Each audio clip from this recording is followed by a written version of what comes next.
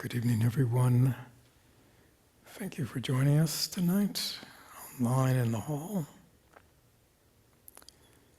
Before we begin, let us just take a moment or two just to make sure we're present.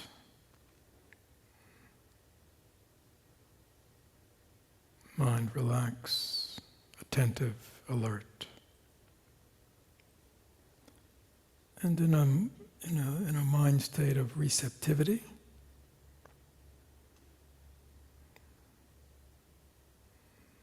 to hear about the experiences and teachings of one of the great lights of Tibetan Buddhism, which means Buddhism in general, one of the great masters who they say was able to attain full enlightenment in one lifetime.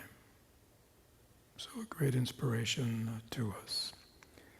So take a moment just to prepare your mind, relaxed, open, attentive.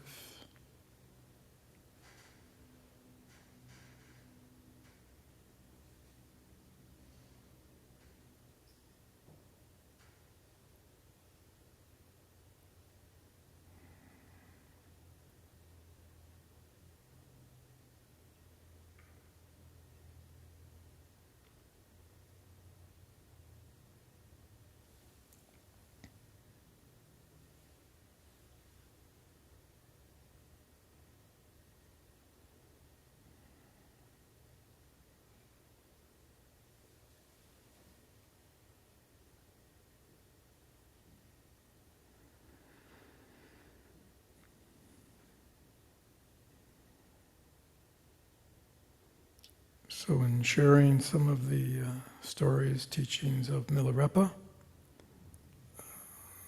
we are accessing a human being who's in a certain way a life, and the way he practiced seems so far from ourselves.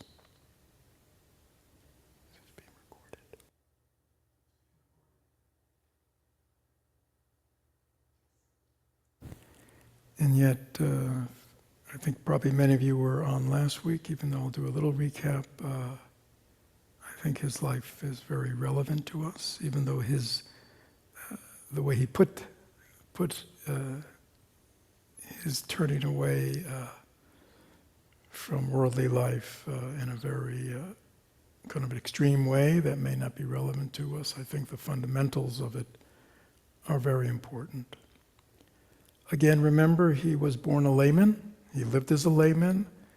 And even though, again, I really encourage those of you who weren't on, but there are lives and accounts of Milarepa, including the great 100,000 songs. They're not quite 100,000. But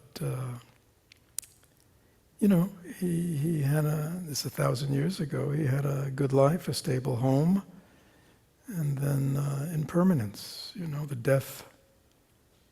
the death of his father shook his world and his family's world. The betrayal of trust, that his aunt and uncle were going to take care of him and his family and turn over his patrimony to him when he became of age. So again, those are, impermanence, change, experiencing dramatic shifts, feeling betrayed, being angry, resentful, sad, disappointed in other human beings. I mean, these are all experiences that we can relate to one degree or another. One of the things that was characteristic of him was his mother was totally thirsty for revenge. And many of us in those kind of situations, we may imagine that, but his mother had him actualize it by studying the black arts, which, as we said last week, resulted in him destroying by causing a building to fall down.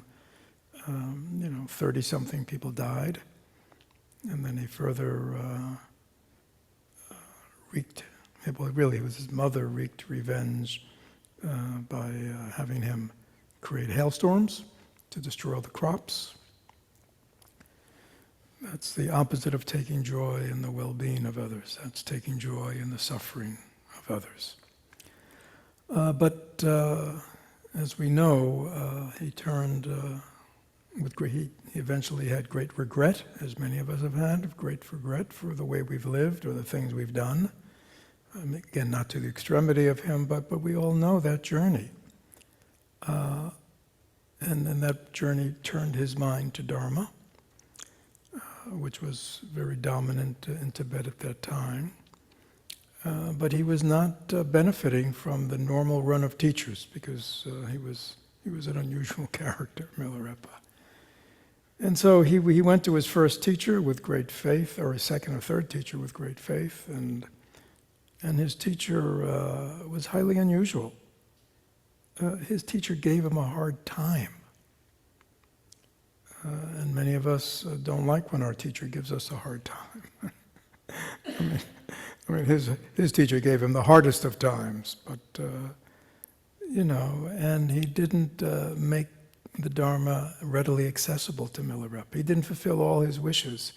He made him work. He made him deal with disappointment and frustration. He in a certain sense, we could say, he tested him. And again, he tested him to the extremity, way beyond any of us. And it's not as if Milarepa, if you read the story, there weren't times when he never doubted his teacher's capacity, but he doubted that his teacher would ever really teach him. So he did give in to, at times, disappointment, depression, great sadness in that, but yet he persevered. In the end, he received the teachings, and he went off, following his teacher's instruction, to meditate deeply in the mountains and just devote himself, nonstop to practices. And again, these were not just ordinary practices, but these were the kind of yogic practices which had to do with the channels and the nadis and sort of the energetic body, because, as we know, he lived up around 18,000 feet, sometimes naked and sometimes just with a cotton sheet. So the cultivation of inner heat and other kind of psychic practices, yogic practices, were essential for his, but they also really gave him great powers. So as I said last week, let me share just a little bit so people who are new just, he really stressed, and again, he taught widely. He didn't just teach, people who climbed up the mountain to stay with him, but he would go down in the valleys and he would teach just ordinary people and run into ordinary people in the mountains, because the Tibetans, especially in the summertime, were nomadic people. They took their animals and everything up into the mountains, so he would run into all kinds of lay people. And most of his stories are encounters with lay people meaning people like us. But one of the things he often, and again, his teachings, his observations about life, I think are true for him and they're true for us as lay people. His path was one of renunciation, was like just washing his hands of worldly life. And some people ask me afterwards, is that our path? And obviously no, our path is non-attachment. We see the same thing that Milarepa, but his path was to leave it behind, wash his hands of the whole thing and be free. Those of us who live in the world, we don't do that. We live in the world of change and impermanence and relationships. And our path is the path of non-attachment, which in a certain way is harder, because the path of detachment, just separating yourself to detach from, in a certain sense resolves everything.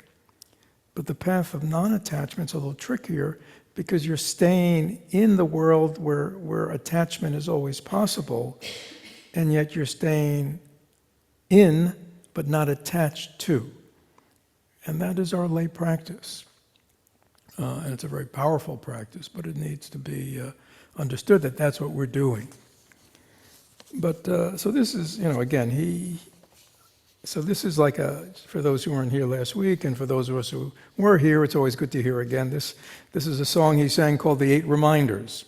And again, for those who are new, he he gave most of his teachings in song, in poetry, always spontaneous. I mean, he was a real character.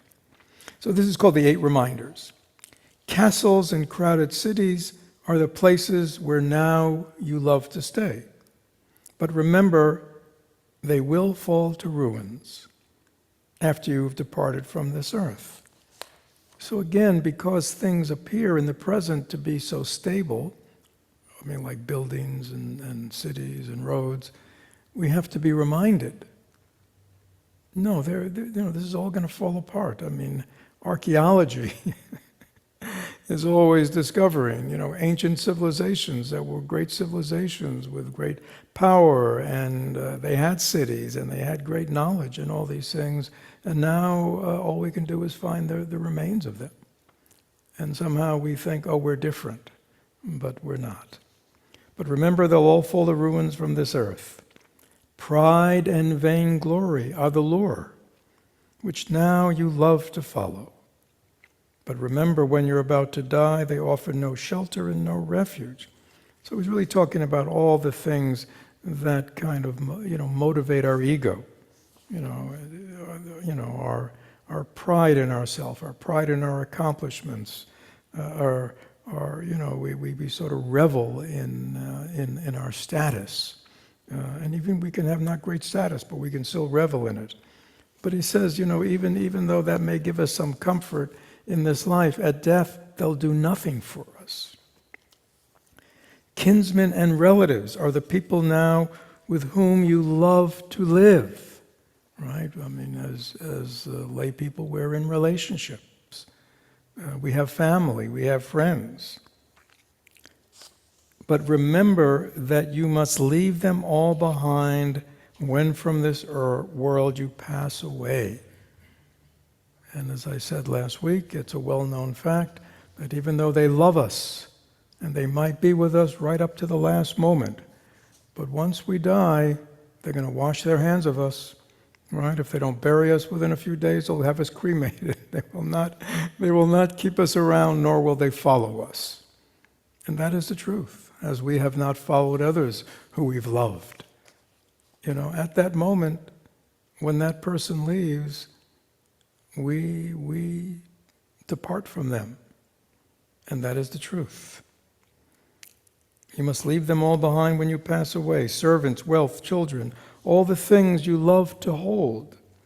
Remember at the time of your death, your empty hands can take nothing with you.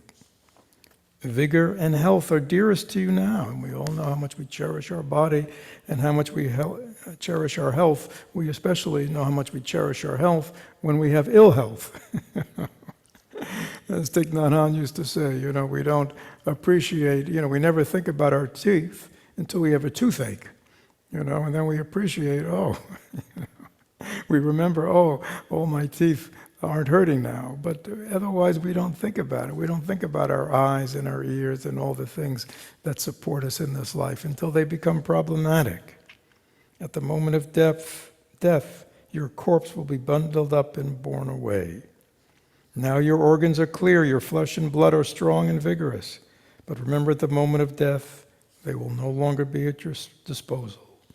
Sweet and delicious food are things that now you love to eat. But remember, at the moment of death, your mouth will let the spittle flow. When all of this I think about, I cannot help but seek the Buddha's teachings. The enjoyments and pleasures of this world, for me, have no attraction. I, Milarepa, sing of the 8 reminders at the guest house in Karakachayaptsang. With these clear words, I give this helpful warning. I urge you to observe and practice them. So this type of reflection, well, for some that are new to it, it can sound a little morbid or depressing, but it's really not. If anything, it really removes the sting of life, because when one reflects in this way, we understand that this is the way things are, and these are the things that will be, And so therefore, to put all our eggs in the basket of worldly life, which has such impermanence and change, and at the end of it, we have to leave everything. Well, I think anybody who reflects in this way says then where should I be putting my energy? Now again, a renunciate just leaves.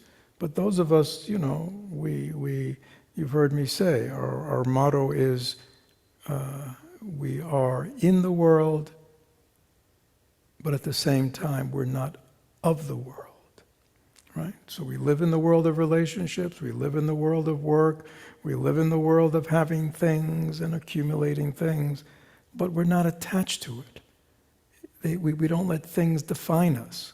We don't let our roles define us. We don't let our success or failure define us, right?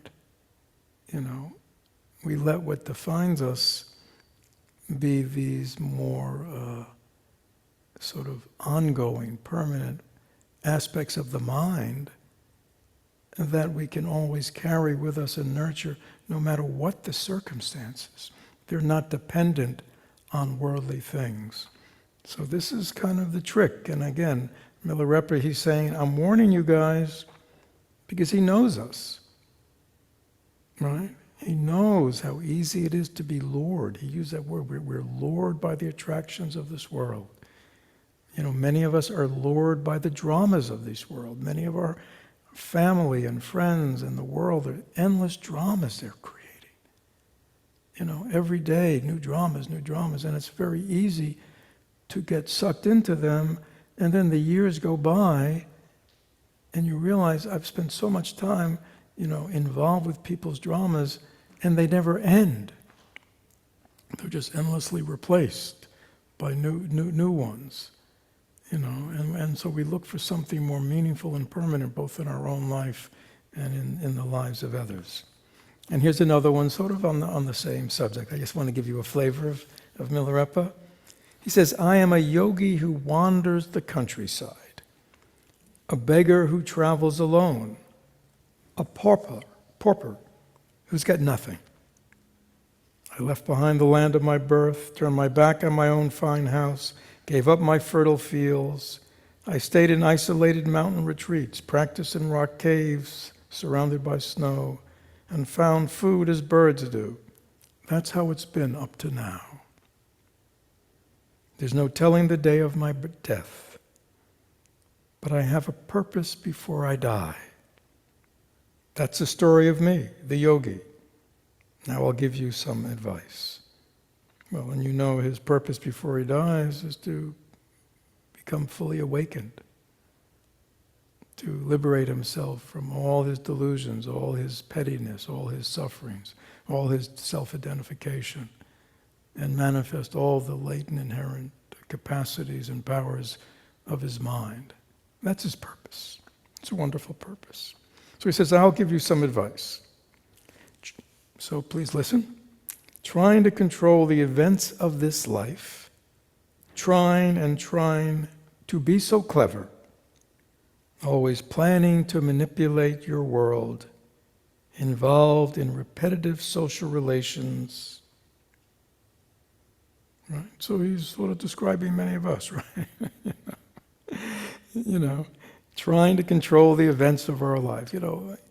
Our control of the unfolding of life is always slipping away from us. Whether it's, people we're in a relationship, the life of the world, the life of our bodies, the life of our mind. We're always trying to control it, and yet it's always slipping away. There's always something that's coming up. We think we're so clever, trying to... We're always trying to make this thing work. We're always trying to make it work for ourselves. And yet somehow it never seems to turn out that way. We're involved in repetitive social relations. I'll let you decide what that means. But I think it's a very... a lot of our relations, if we step back, they just, the storyline just keeps repeating, right? Year after year. Repetitive social relations. At the end, we arrive unaware at our final years. We don't realize that our brow is knitted with wrinkles. We don't know our hair is turning white. We don't know that the skin of our eyes is sinking down and the sag and we don't admit the sagging of our mouth and nose. Right? Many of us, especially those of us who are aging, and again, I've run into people, they turn 30, they talk like they're aging, Heaven forbids when they turn 40. But those of us who have a few more decades, we understand this and we look in the mirror and go, who is that? What happened to the person who used to look out at me? It's like all of a sudden, it dawned on us. We're changing. Our body is changing. It's deteriorating. Yeah. Even while chased by the envoys of death. And again, it's not, the envoys of death also means, the envoys of death are like the messengers of death, which also means all our family members who've died, all our friends who've died, all the people we know who have died, they're all envoys from death. They're all bringing us that message, that this is going to happen to me. And yet he says, even while chased by the envoys of death, he says you still sing and rejoice in pleasure, right? Even though, the envoys are knocking at our door, trying to wake us up, we still continue to live a life pursuit of pleasure. And there's nothing wrong with pleasure. We're talking about, making it the pursuit of our life or the focus of our life, when again, it all adds up to nothing. Because really at death, since pleasure is an experience primarily of the body that's also transferred in the mind, at the moment of death, it really doesn't matter how many pleasurable experiences we've had. Because we're going to leave this body and this whole storyline of our life behind. And really all that matters at death is simply the quality of our mind. And the knowledge and the wisdom we have about life and what's real and what's not real, what's true and what's not true. At those parting, at death, that's all that matters. Because everybody dies having lived a different story. All of us, here tonight, we've all lived a different story. But in death, we're all equal at that final moment. We're all having to leave. We're all going to leave our story. And so we ask ourselves, knowing that, what is the most important thing I can do in this life? Now, knowing how rebirth will occur, you still maintain a complacent contentment. Now is the time to get ready for death. That's my sincere advice to you. If its import strikes you, start your practice. Okay, so that's the way he would sing to a lot of lay people. He would always sing about impermanence, talk to them about their life, and really encourage them to make this shift. And of course, he was quite famous and well known. So let me read a couple of other things I want to share with you tonight. As I said last week, I'm just trying to whet your appetite. I've always enjoyed this one. It's very brief. So as we know, Milarepa, again, he lived as a pure ascetic, and he lived in a cave. He had one bowl. Right? He had one bowl. And he had basically been living for years just collecting the only food he had was he would collect nettles, which as we know now is actually fairly nutritious. So he sort of lived on what we might call nettle soup, which gave his body a green complexion. So sometimes people would come across him, in the mountains and think he was some kind of spirit or demon, because not only did he look totally emaciated and half naked, but his body was green. And sometimes in paintings, whatever, you'll see him sort of in this bluish green cast. So he's down to one bowl. And in some tellings of the stories, there's a certain level of yogi pride, like, wow, I'm down to one possession. I mean, quickly in your mind, please add up all your possessions. A lot of possessions, right? So he's down to one. And one day he was sort of carrying it, and he went outside his cave. I think he was going to wash it or do something. And all of a sudden, he dropped the bowl. And it broke into, it was a clay bowl, so it broke into a lot of pieces. And in that moment, for 1 minute, he was just, oh! And then he had a moment of reflection. There are different accounts of this. That's the account I like. He realized, I've given up, lay people may have 100, 200 possessions in those days. I mean, now we have thousands. He said, I'm down to one, but I've taken all the attachment for 100 bowls and I've put them onto this one bowl. because when this bowl cracks, I feel as devastated as somebody whose whole house gets caught on fire. And then he sings the Song of the Bowl, which is basically about impermanence. Impermanence and attachment. And he just looks at himself and he realizes, you can have only one thing, and yet you could be still totally attached to it, ensnared with it. So again, for all of us who think we're downsizing, it's a good lesson. We may be downsizing, but we may be taking all the attachment we had for our larger things, and we're putting it all in the smaller things. The key thing is to give up our attachment and let things be. So I've always enjoyed that. And he really says how that breaking the bowl was such a teaching moment. He kind of bowed to the broken bowl because he said, you've given me a profound teaching of, once again, that everything's impermanent. And to be attached to things staying permanent is to set oneself up for suffering, because everything at some point will break or deteriorate or change.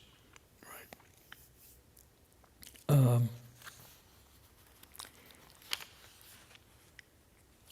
So let me read now. It's sort of a famous one. And this is, as I said last time, he just didn't teach highly motivated people coming to him for the Dharma. He would just run into people. And I think last week I read the, his encounter with this very interesting 16-year-old girl named Saliwe that he, and very, very developed young woman that he just ran into, in a village when he was begging for his food. And she was quite bright and quite challenging. And if you remember, she quickly realized that he was highly unusual and realized. And when she spoke about her life, she really spoke very openly and honestly about its problems as a young girl and as a life of a laywoman, and what that was going to lead to, and how she really wanted to, become his student and follow him, and how very skillfully he kept pushing her away. He didn't get, oh, come on, join me. He tested her. He said, you sure? No, you stay. You can practice as a laywoman, and you can get married and have a family and be an exemplary person and be a good person and, be a good wife and a good mother and a good daughter-in-law. He just tried to push her to a worldly life. to test her. Because again, as I said, his path was the yogic path. And again, he didn't he wasn't selling it to everybody he ran into. Actually, as you can see, he's mostly pushing people away, and he's really only encouraging people that he really sees, have an incredible aptitude. Because it's not easy to give up everything, is it? It's not easy to give up everything. Yeah. So this is...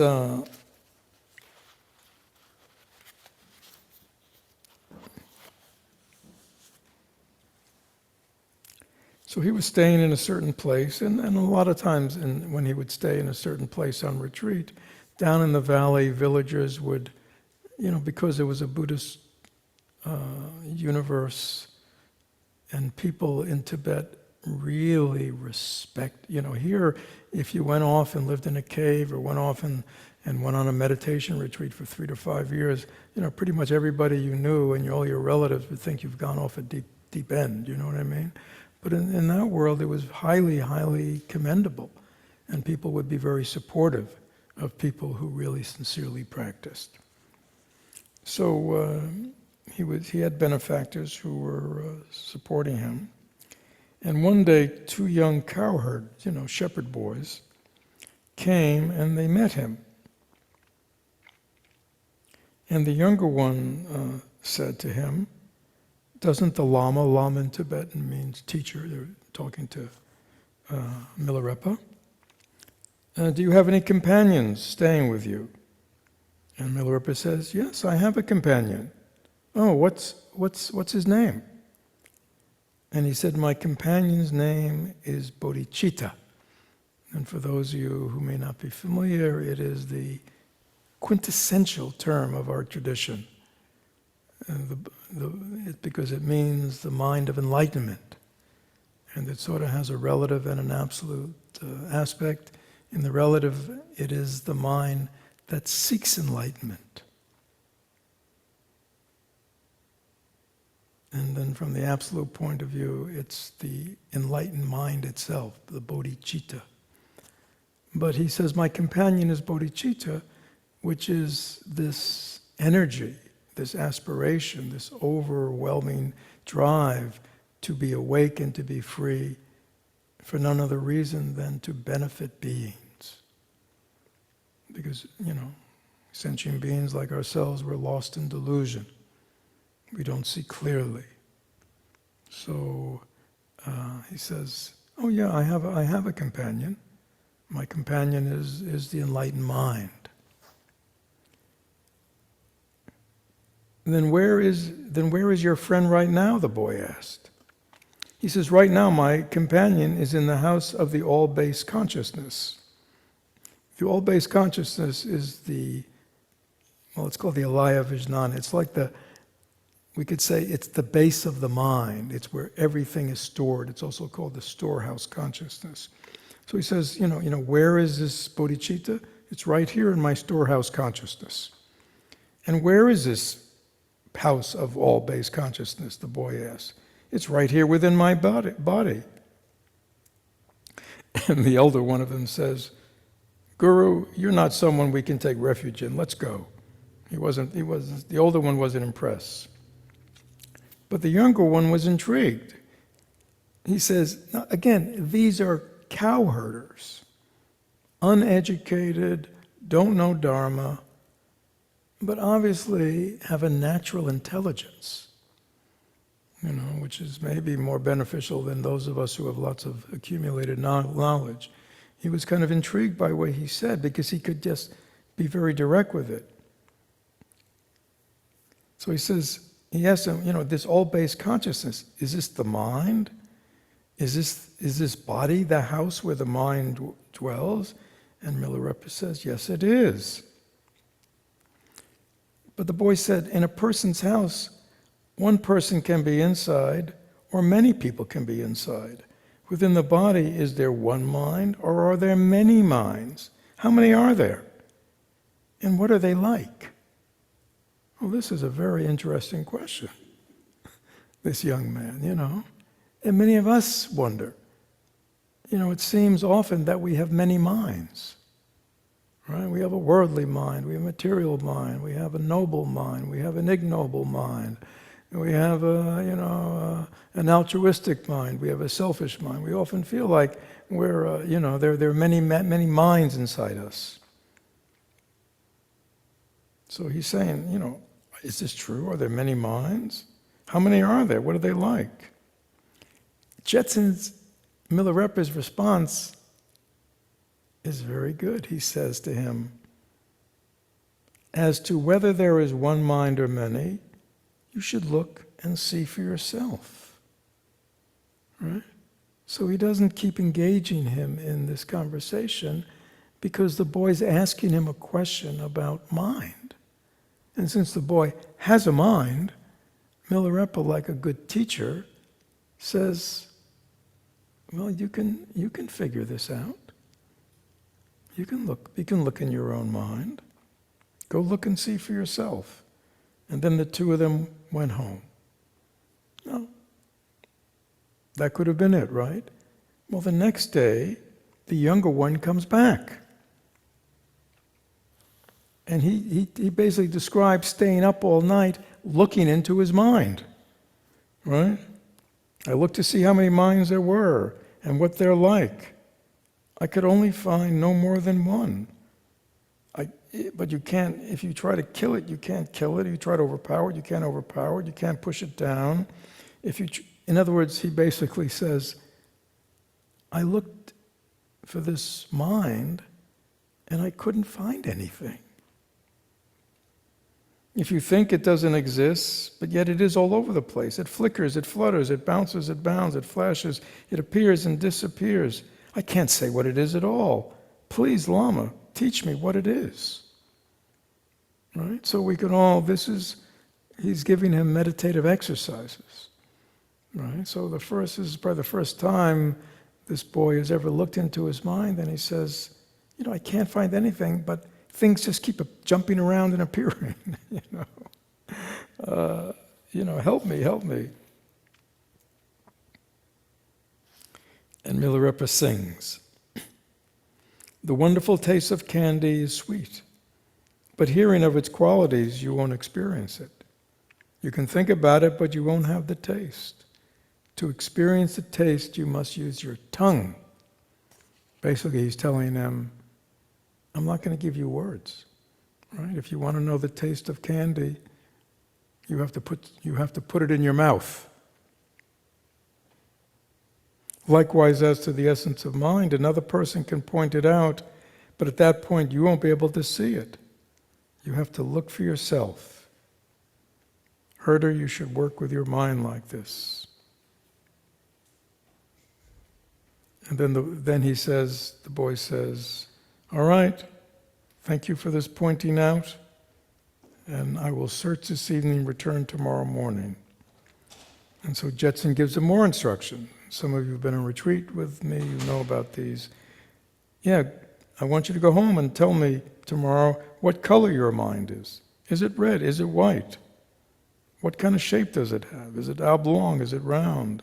Look from your head to the soles of your feet to see where mind actually abides. So those of you who have participated in these teachings on retreat, you realize this is Milarepa giving them 1,000. These are because we think, because we live in a material universe, and we think the reality is this material universe, right? When we try to understand mind, we try to think of it as a thing. And if it's a thing, like a physical thing, like there's a mind and it's real, it has to have characteristics. It has to have size and shape and color and form and definition. Characteristics, that's the characteristics of a thing. So Milarepa says, well, you go home and you check it out and tell me the characteristics of this thing called your mind. Again, when the sun came up, the boy drove his cows up the hill and went back to see Milarepa. Remember, he didn't go home and Google it. right? He didn't go home, he didn't ask Chat GPT, what is the color of my mind? Right? He did it himself. And again, maybe because he was a shepherd, maybe because he had a totally unencumbered mind by any intellectual concepts, he immediately could kind of jump right in. And basically, he reports. Again, he doesn't have any shape, it jumps around, it doesn't have any definition, it's not body, mind. I mean, he says, but he became aware that his mind was the causing of all his troubles. And then at the end of what the boy gives his understanding, Milarepa says, listen, son, within this body, the meeting point of awareness and matter is consciousness. And here consciousness has to do with, the consciousness of thinking consciousness. It's not awareness, it's the mind that thinks, the mind that perceives, that has such great negativity.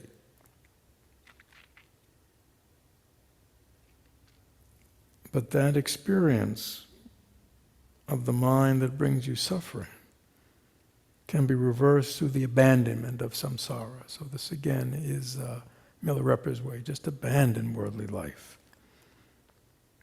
Do you wish to go, O noble son, to the higher realms and the city of freedom? If you wish to go, I can take you there. And the boy said, yes, you must. Will you accept me? And then he asked him his name, and how old are you? 16 years old.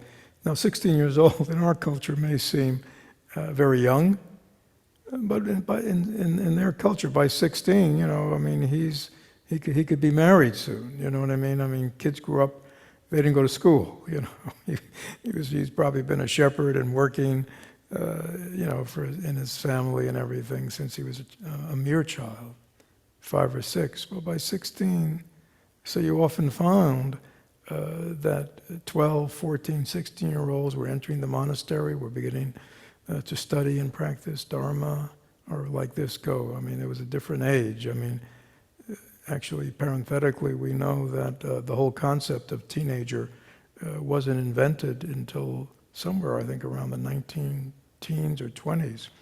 Because traditionally, children went from childhood to adulthood. They went to work in the factory or on the farm when they were 11, 12. And it was only when people started going to school that all of a sudden there was this period in between. When people were in school, so they were no longer a child, but they weren't really entering adulthood. So that's when they developed this new world called teen. So, to be a teenager, sort of to be kind of growing in bodily and everything else into adulthood, but not to have adult responsibilities or work, is a fairly new development in human life. And then anyhow, he continues questioning that way. And he has them, just look into your mind. Past mind, future mind, present mind. Where are they? What do they go? Where do they go when they disappear? I mean, he just has them, and then after that, the boy offered. He said, now I offer you my head and my entire body. You know how to help me determine the nature of my own mind, which is what Milarepa's been doing him.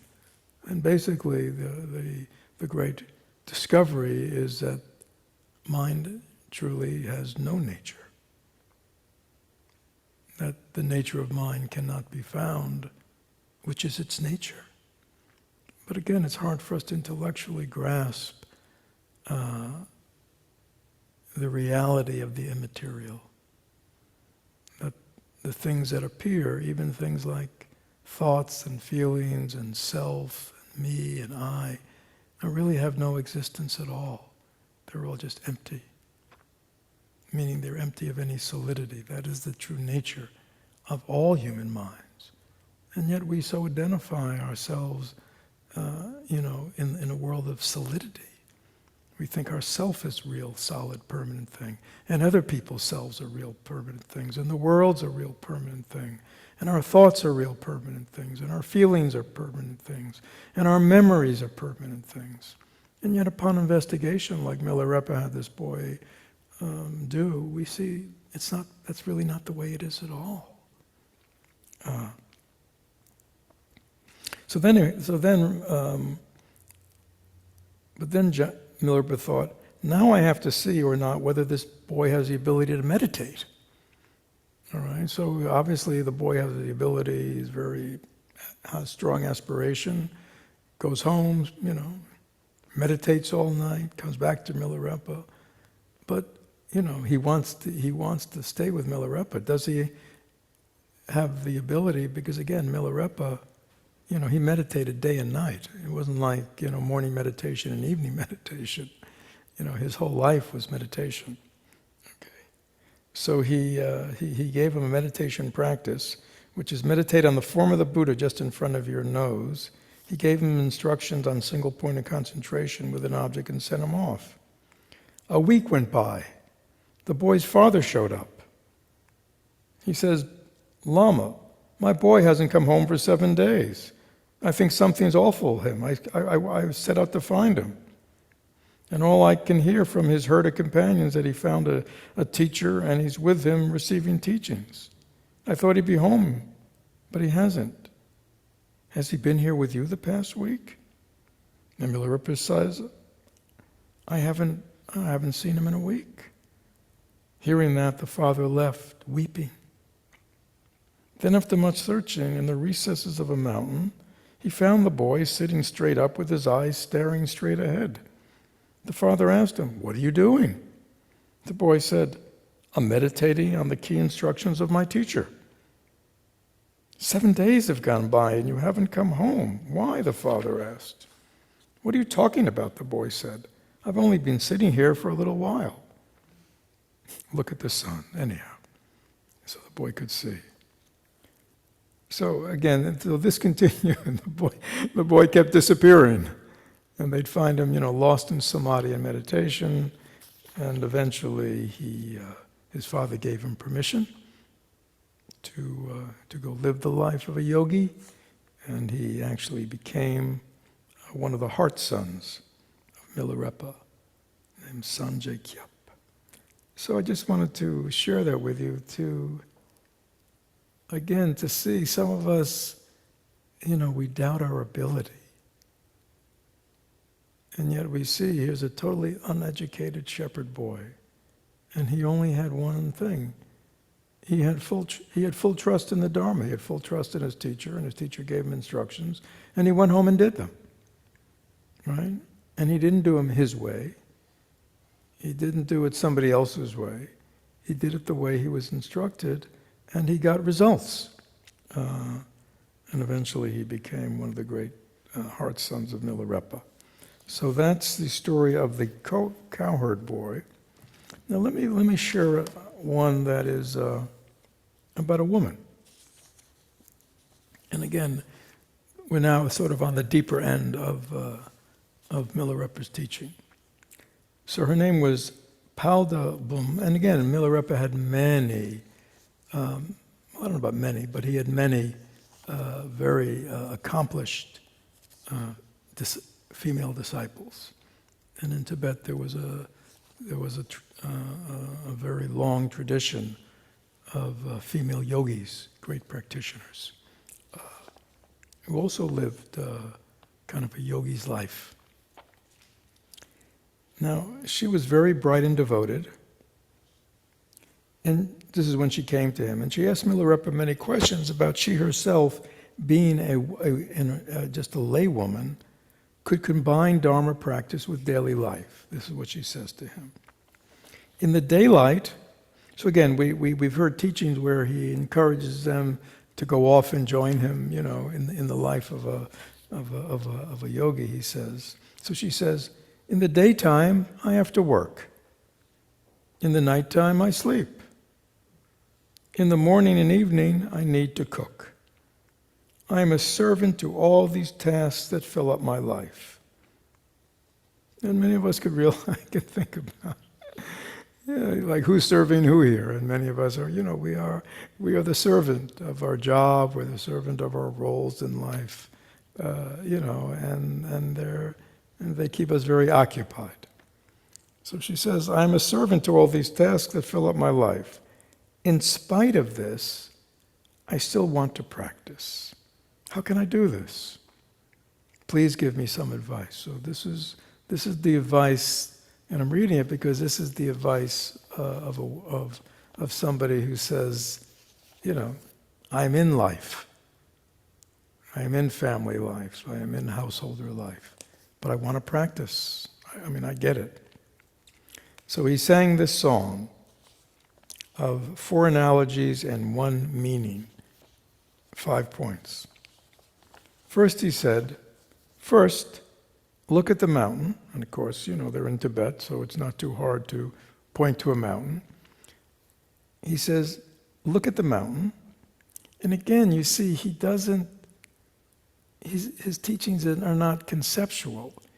He used things, like with the cowherd or the others, he uses, real life examples. So there they are in the mountains, and she says, well, how should I practice? And he points at the mountain. Look at the mountain. The mountain is unshakable. Like that, train in being like a mountain, always steady and stable. So that's his first analogy. Be like a mountain in your daily life. Stable, grounded, steady. Right? Not flighty, not reactive, not, going from one extreme to another. Just go about your day, go about your task with a steady mind. Then he said, look at the sun and the moon. Though sometimes covered by clouds and haze, the sun and the moon in themselves never change. Their brilliance doesn't increase or decrease. They're forever the same. Right? So he says, again, using real life examples, sometimes, again, clouds can cover the moon and the sun, or haze or fog can cover, so we don't. But that never stops the actual light and brilliance of the light of the sun and the moon. They're still there shining. They're forever the same. He says, in the same way, train yourself in being constant, not waxing or waning. And many of us know that. Our energies wax and wane, our aspirations wax and wane, our interests wax and wane. We're always kind of waxing and waning, right? And he's saying, no. Keep the light constant. Be stable like a mountain, grounded like a mountain. Keep your light stable, constant. The third analogy he gave was, and he just points up at the sky. Look at the sky. And he refers to the sky like space. He said, space is not made of anything. So those of us right here, we can look at space. All of us have space right in front of us, right? It's not made of anything. Its nature is empty. And space has no center, no edge. So he says, train yourself in being free from center and edge. So often we talk about training ourselves in having spaciousness. Spaciousness. Many of us, our experience of our mind is almost claustrophobic, right? So many things going on in our mind, so many piles, right?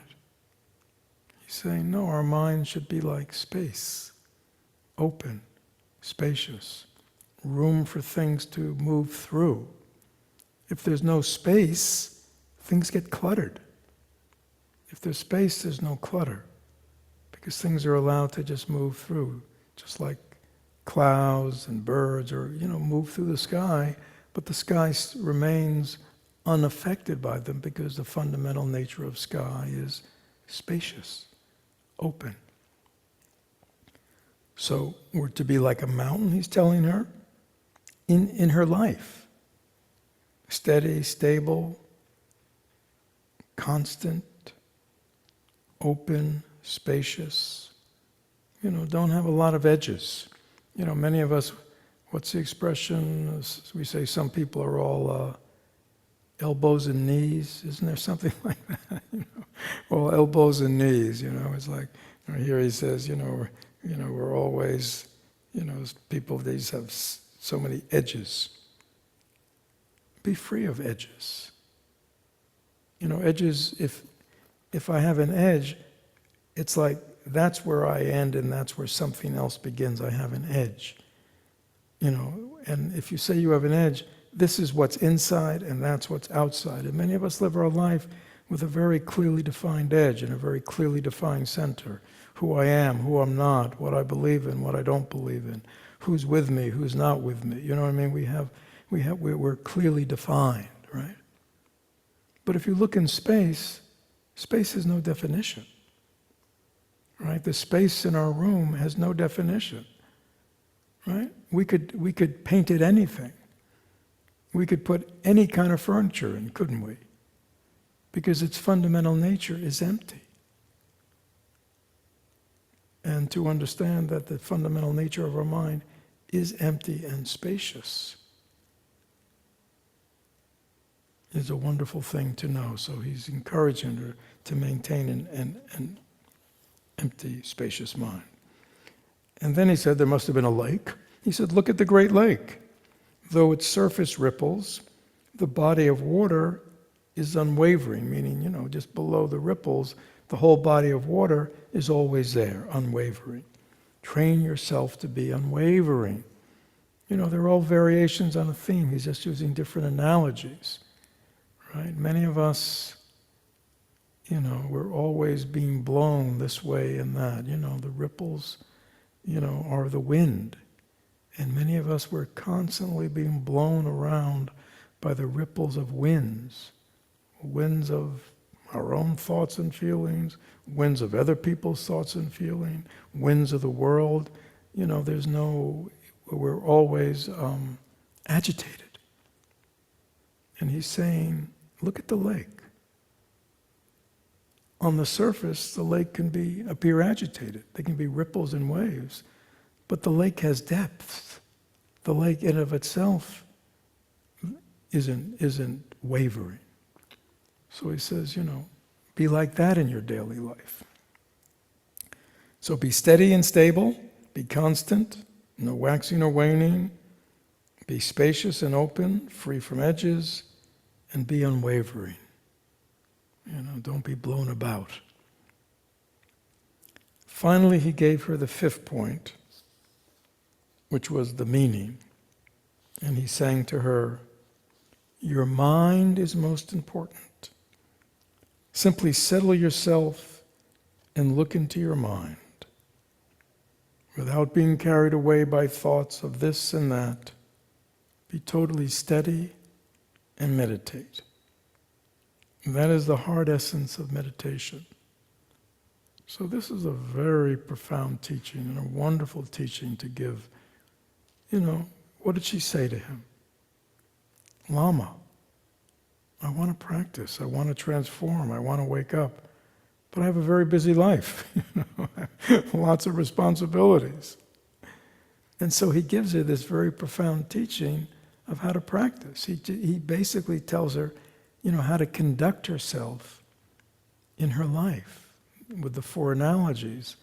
And now he says, and as for your meditation is simply stay settled into yourself and just watch your own mind.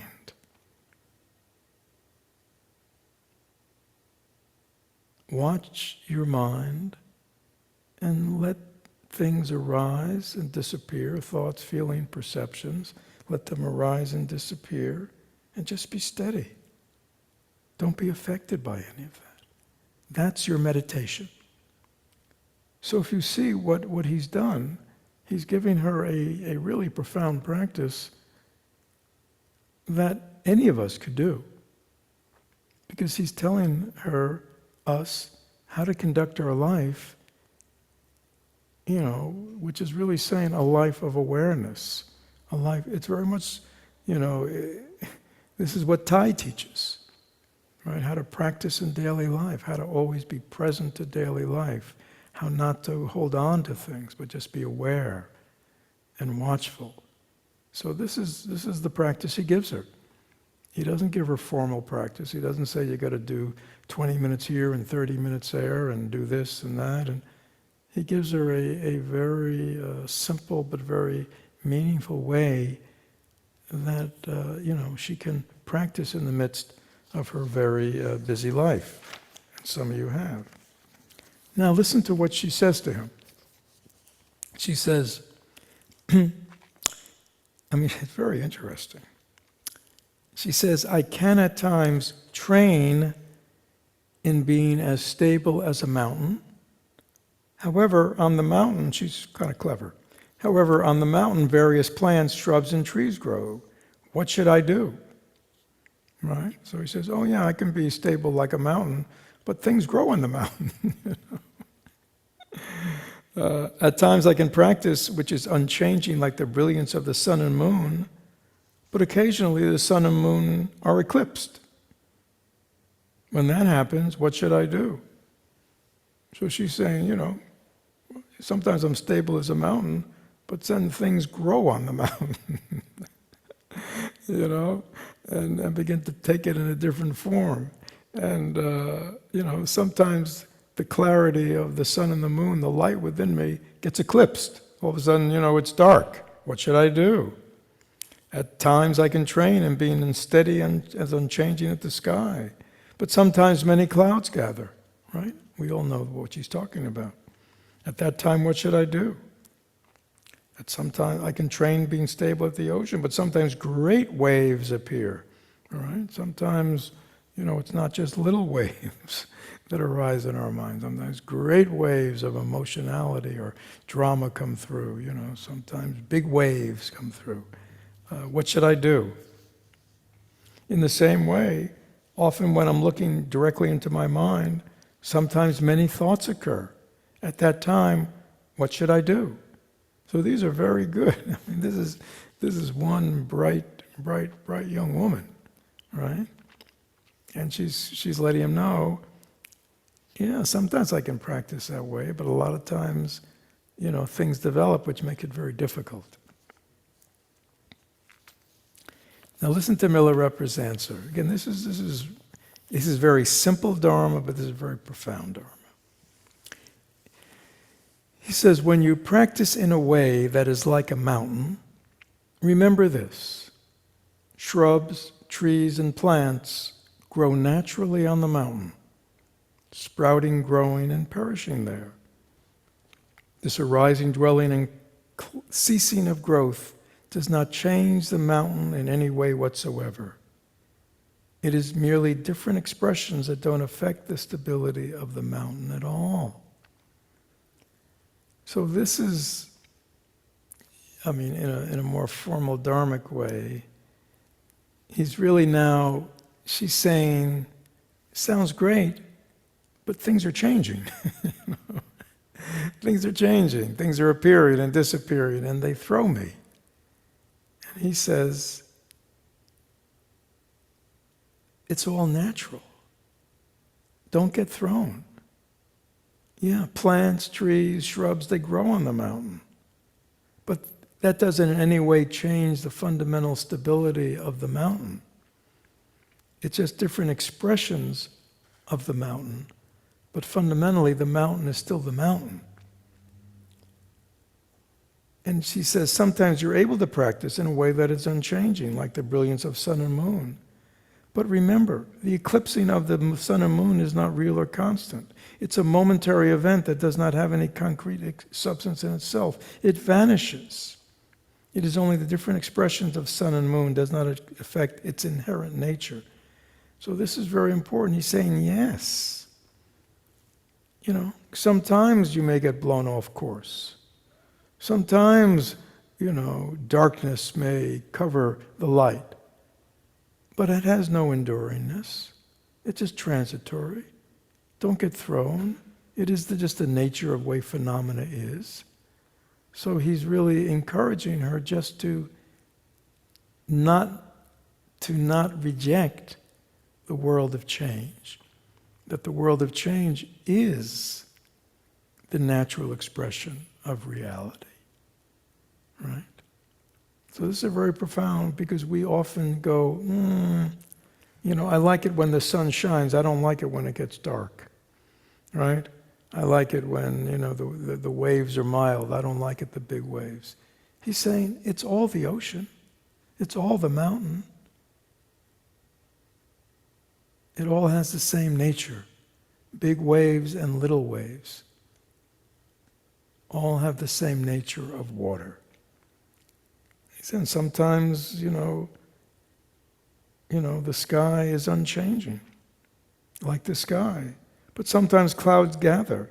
They don't change the sky itself, no matter how dense or dark they are. The many different types of weather are a varied display, but the sky remains unchangeable in its essence. So this is what it means to know the nature of mind. To know the nature of mind doesn't mean to only understand it in its absolute empty sense. It's also understanding that it manifests in myriad ways, and yet all the myriad ways that mind and life manifest is still but an expression of the way things really are. And then he continues, when different thoughts crowd your mind, remember that no thought has any existence apart from the empty cognizance of the mind nature.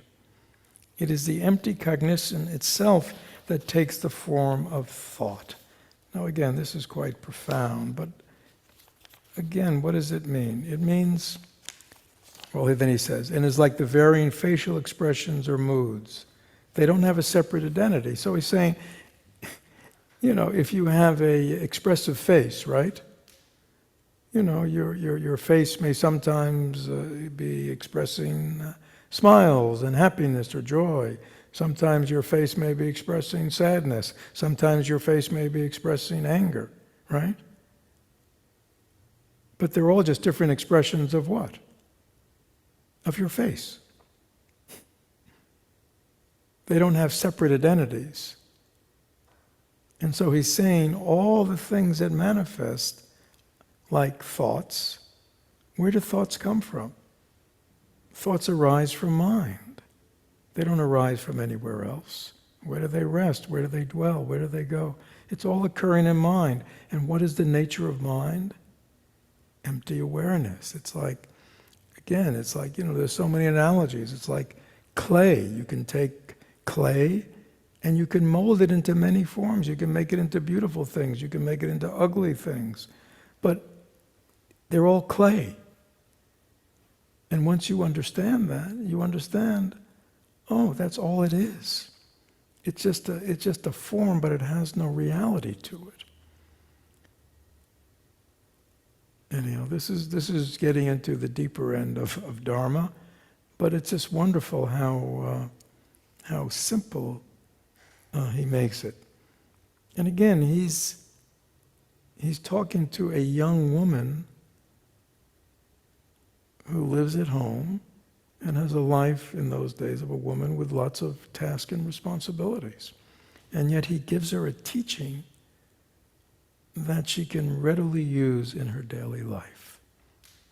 Right? And so I wanted us to be aware of how profound Milarepa is and why his songs are so loved, because they teach everything.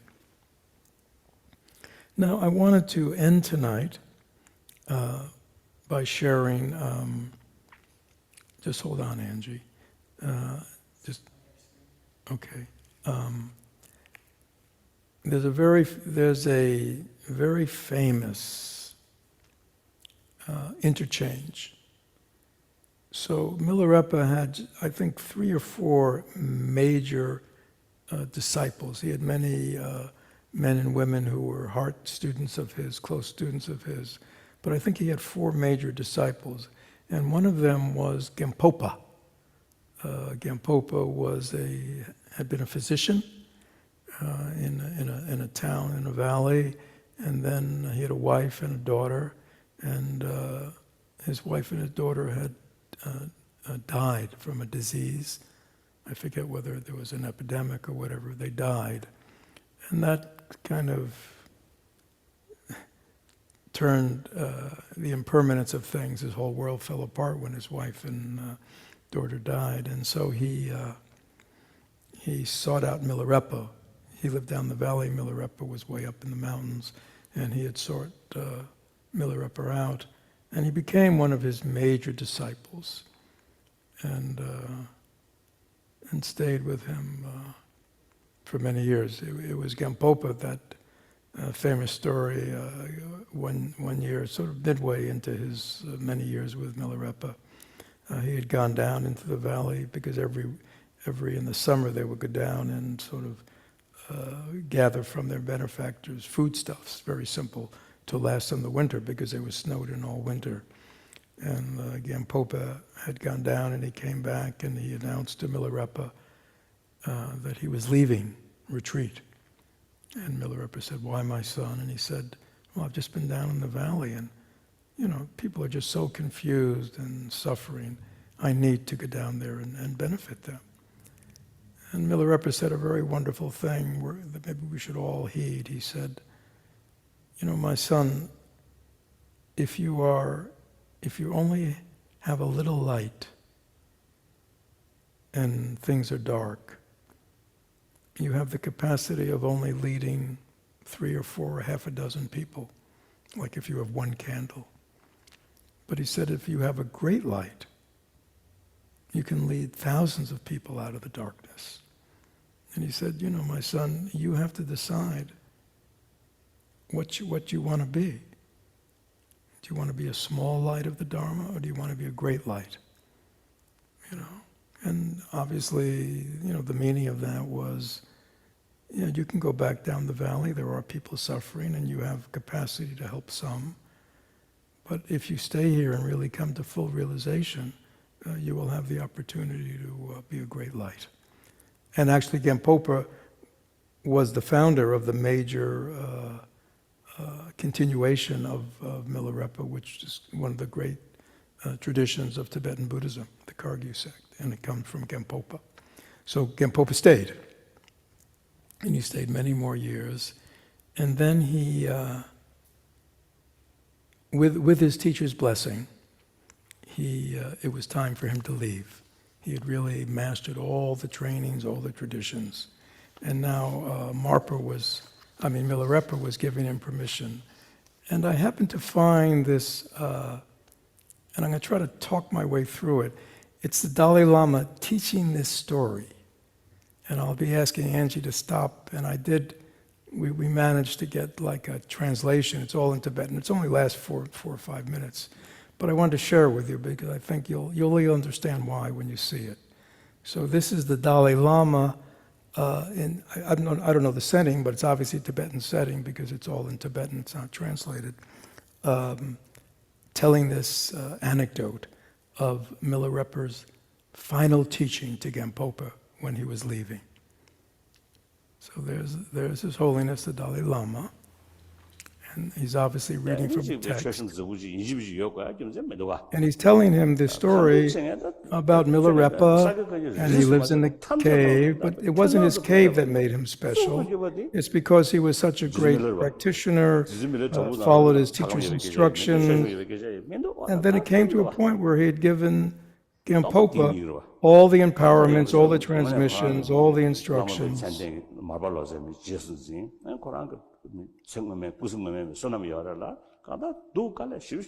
And is telling him, just pay attention to what happens. He's telling him the story now. It's time. You don't have to stay with your old father anymore. You can go down and help beings, help suffering beings. He's giving him permission to go. It's time to go help suffering beings. He's saying, no, it's stop. And so the Dalai Lama is just talking to him about, you can now go off and bring benefit to suffering beings. And the Dalai Lama, just at the thought of suffering beings and the wonderfulness of what's happened, that Milarepa is freeing him now to go bring benefit to beings, it moves His Holiness to tears. Watch.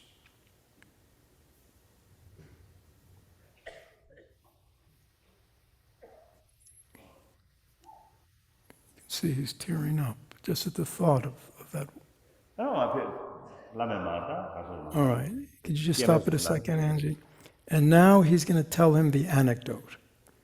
So Milarepa has given Gampopa his blessing. It's time for you to go and bring benefit to beings. You're ready, and you can go, my son. You've gotten all the teachings. And he's giving him permission to go. And Gampopa starts walking away. And all of a sudden, Milarepa says, hold on. There's a secret pith teaching, the most important teaching I have, that I've never given you.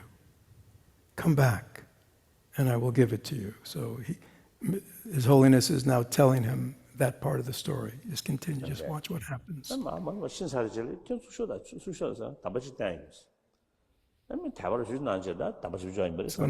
Gampopa comes back and bows to him, and Milarepa, stop.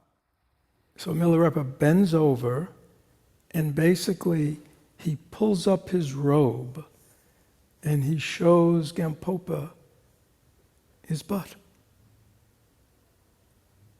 And his butt is one gigantic callus. And basically what he's saying is, this is the secret teaching. Practice. Practice, practice, practice. No matter what. Just keep practicing. And that's a very famous, he's given him all these esoteric teachings and said, but now I'm going to give you the most important pith secret teaching. And he shows him his callous butt. And watch what happens as the Dalai Lama tells the story.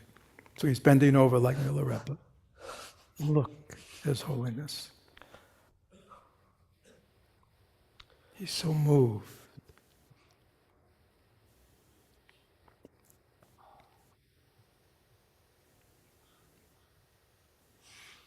He can't continue the story. This is the great Dalai Lama, look, just weeping, thinking of that encounter, thinking of how hard Milarepa practiced, how dedicated.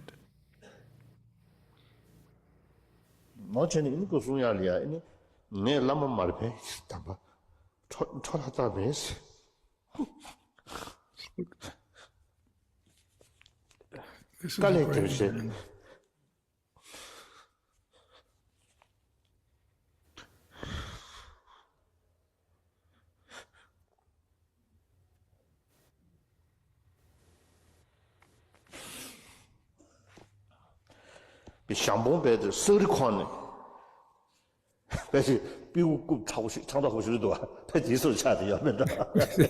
He recovers, but basically Milarepa says, my son, did you see this? Did you see what I showed you? Did you really see it? Gampopa said, now I really saw that teaching.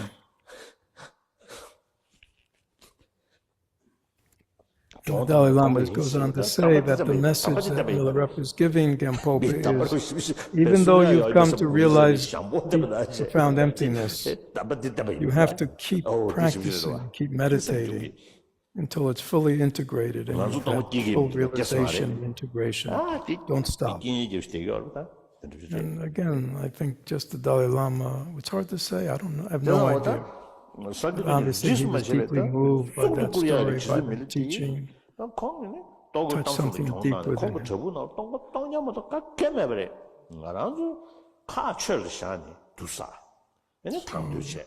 Okay.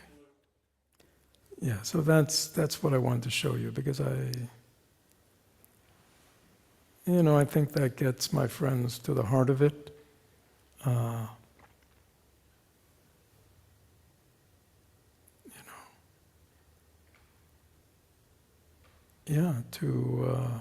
To what? To realize that this Dharma that we are fortunate enough to encounter is incredibly precious and rare, and it has the capacity of transformation for each of us. But there are very few of us who really take it deeply to heart and are really willing to give that kind of effort. And again, we often get hung up on teachings and practices, and we practice this and we practice that, and we do this technique and that technique, and every year in American Buddhism there's new books and there's new techniques, and everybody's going from one to the other. And then Milarepa shows you his callous butt. And it cuts through it all. It cuts through all the talk and all the techniques and all the practices. Just everybody on this call has probably received enough teachings, has read enough teaching, received enough teachings to really bring you to awakening. And it's just so hard for us to just settle down and practice consistently, diligently, just the way Milarepa said to that young girl, in the midst of her daily life. You practice. Just be steady. Just be even-keeled. Right? Just be unruffled. And just, deep within yourself, just watch your mind deeply. Let things be. Don't get flustered. Accept whatever happens. Be open, be spacious. All these wonderful teachings. So anyhow, this is just a very brief, kind of 2-session, 2-hour, just giving you a little taste of Milarepa, great light of the Dharma, very entertaining but very profound. I hope you found it meaningful and inspiring in some way. That's all we can hope, right? So thank you everyone for joining. Let me share the merit, whatever benefit may have come to us from hearing and reflecting, listening to the stories and songs of Milarepa. May they be shared equally with all whom we encounter, whether near or far away. And may its effects ripple continuously to aid in the healing and transformation of our world. Thank you, everyone. Thank you, everyone. Good night. Thank you, everyone. And